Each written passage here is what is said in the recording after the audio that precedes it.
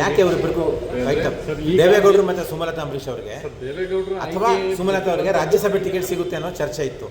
ಯಾಕೆ ಅವರಿಬ್ಬರಿಗೂ ತಪ್ಪಿದೆ? ದೇವೇಗೌಡರು ಮಾಜಿ ಪ್ರಧಾನಮಂತ್ರಿಗಳು ಏನಿದ್ದಾರೆ, ನರೇಂದ್ರ ಮೋದಿಜಿಯವರ ಕೈ ಬಲಪಡಿಸಬೇಕು, NDAಗೆ ಶಕ್ತಿ ತುಂಬುವಂಥ ಕೆಲಸ ಮಾಡ್ಕೊಂಡು ಬಂದಿದ್ದಾರೆ.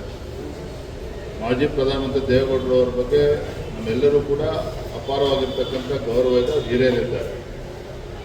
ದೇವೇಗೌಡರು ರಾಜ್ಯಸಭೆ ಬಗ್ಗೆ ರಾಜ್ಯ ಮಟ್ಟದಲ್ಲಂತೂ ನಮ್ದು ಯಾವುದೇ ರೀತಿಯ ಚರ್ಚೆಗಳು ನಡೆದಿರಲಿಲ್ಲ. ಸುಮಲತಾ ಅವ್ರ ಬಗ್ಗೆ ನಾವು ಕೂಡ ಅವರ ಹೆಸರು ಪ್ರಸ್ತಾಪ ಆಗಿತ್ತು. ಪಕ್ಷದ ವರಿಷ್ಠರು ಇವತ್ತಿನ ರಾಜಕೀಯ ಪರಿಸ್ಥಿತಿನ ಅರ್ಥ ಮಾಡಿಕೊಂಡು ಯಾರಿಗೆ ಅವಕಾಶ ಮಾಡಿಕೊಡ್ಬೇಕು ಅದನ್ನು ಪಕ್ಷದ ವರಿಷ್ಠರು ತೀರ್ಮಾನ ಮಾಡಿದ್ದಾರೆ. ಒಟ್ಟಾರೆಯಾಗಿ ಹೇಳೋದಾದರೆ, ಪ್ರಾಮಾಣಿಕವಾಗಿ ದುಡಿದಿರ್ತಕ್ಕಂಥ ಸಾಮಾನ್ಯ ಕಾರ್ಯಕರ್ತರಿಗೆ ಭಾರತೀಯ ಜನತಾ ಪಾರ್ಟಿ ಅವಕಾಶ ಮಾಡಿಕೊಟ್ಟಿದೆ. ಸುಮಲತಾ ಅವರು ಕೂಡ ಅವ್ರ ಬಗ್ಗೆ ನಮಗೆ ಅಪಾರವಾಗಿರ್ತಕ್ಕಂಥ ಭಾರತೀಯ ಜನತಾ ಪಾರ್ಟಿ ನಮ್ಮೆಲ್ಲರೂ ಕೂಡ ಅಭಿಮಾನ ಇದೆ. ನಿಮಗೆ ಗೊತ್ತಿರ್ಬೋದು, ಹಿಂದೆ ಲೋಕಸಭಾ ಚುನಾವಣೆ ನಿಂತ ಸಂದರ್ಭದಲ್ಲಿ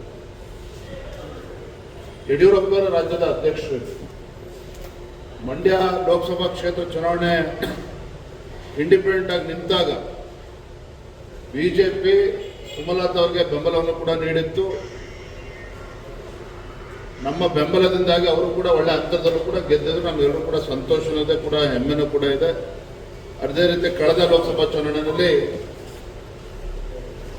ಬಿಜೆಪಿಗೆ ಕುಮಾರಸ್ವಾಮಿ ನಿಂತ ಸಂದರ್ಭ ಅವರು ಅದನ್ನು ಬಿಡ್ಕೊಟ್ಟಿದ್ದಾರೆ. ಅದ್ರ ಬಗ್ಗೆ ಪ್ರಶ್ನೆ ಇಲ್ಲ. ಅದು ಇಲ್ಲಿಗೆ ಎಲ್ಲವೂ ಕೂಡ ಮುಗಿದೋಗಿಲ್ಲ. ಖಂಡಿತ ಪಕ್ಷದ ಹಿರಿಯರು ವರಿಷ್ಠರು ಇದ್ರ ಬಗ್ಗೆ ಚಿಂತನೆಯನ್ನು ಮಾಡ್ತಾರೆ.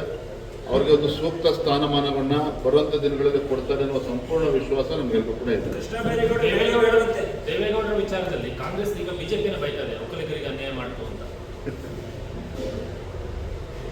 ರಾಜ್ಯಸಭೆ ಮಾನ್ಯ ಹಿರಿಯರು ಮಾಜಿ ಪ್ರಧಾನಮಂತ್ರಿಗಳು ದೇವೇಗೌಡರವರ ಕಳಿಸೋದ್ರ ಬಗ್ಗೆ ರಾಜ್ಯ ಮಟ್ಟದಲ್ಲಿ ಯಾವುದೇ ರೀತಿ ಚರ್ಚೆಗಳು ಆಗಿರಲಿಲ್ಲ. ಇಷ್ಟು ಮಾತ್ರ ಸಂದರ್ಭದಲ್ಲಿ ಹೇಳ್ತಾರೆ.